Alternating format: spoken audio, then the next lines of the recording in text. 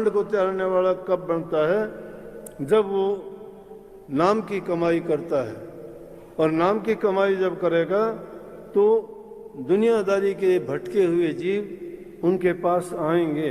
ये संतों की पहचान है। उनको गले से लगाएंगे, दीन दुखी गरीब को सबसे पहले लगाएंगे, उनको सबसे पहले उनका जीवन यापन का साधन बताएंगे, घरों में सुख शांति बताएंगे, प्रेम का पाठ पढ़ाएंगे, मीठा बोलना, नीचा होके चलना, अहंकार को त्यागना बताएंगे। भक्ति में ये चीजें बहुत बड़ी रुकावट हैं। इंसान बाहर के दुश्मनों से तो बाद में लड़ेगा, पहले अपने अंदर में छिपे हुए दुश्मनों से तो लड़ लो। हमारे अंदर में छिपे हुए दुश्मन यही हैं, वो हमें परेशान करते रहते हैं। ईर्ष्या द्वेष निकलती नहीं हमारे दिलों से। अहंकार भरा पड़ा है, अहंकारी आदमी होगा कुछ प्राप्त नहीं कर सकता हो।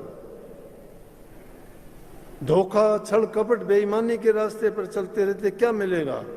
नीयत खोटी हो जाएगी हमारी, कभी भी साफ नहीं हो सकते, उस रास्ते पे ही नहीं है। सच्चाई का मार्ग बड़ी परीक्षा लेता है और वो परीक्षाएं महाराज ने देनी पड़ी। कई कई दिन तक भूखे रहे। और जगत भगत का बैर है, जो कांटा बड़बेर, जो केड़ा बड़बेर। बेरी और केड़ा अगर इकट्ठे बो दिए जाएं तो इकट्ठे नहीं रह सकते, क्योंकि बेरी केड़ा हिलेगा, बड़े पत्ते हैं, बेरी उसके कांटे चीर देगी। भक्ति और संसारियों का मेल तो नहीं।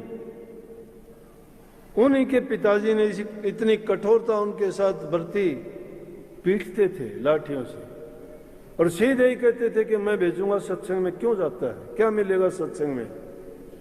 थोड़ा काम कर, मत जाया कर सत्संग में। क्यों टाइम बर्बाद करता है? क्या मिलेगा?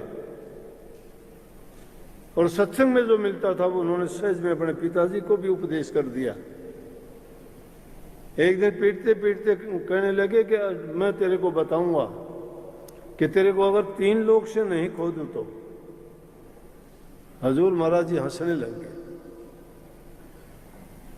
बोले अरे मूर्ख, ये तो वही बात होगी जैसे बलख बुखारा में बादशाह को बांदी हंसने लगी थी बादशाह को देख के। बोले क्या हंसता है तुम? तुझे तो दुख होना चाहिए था।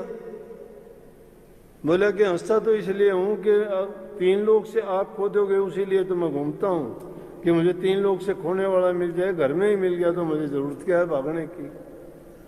समझे? 3 लोग से खोना, मृत्यु को जीत लेना।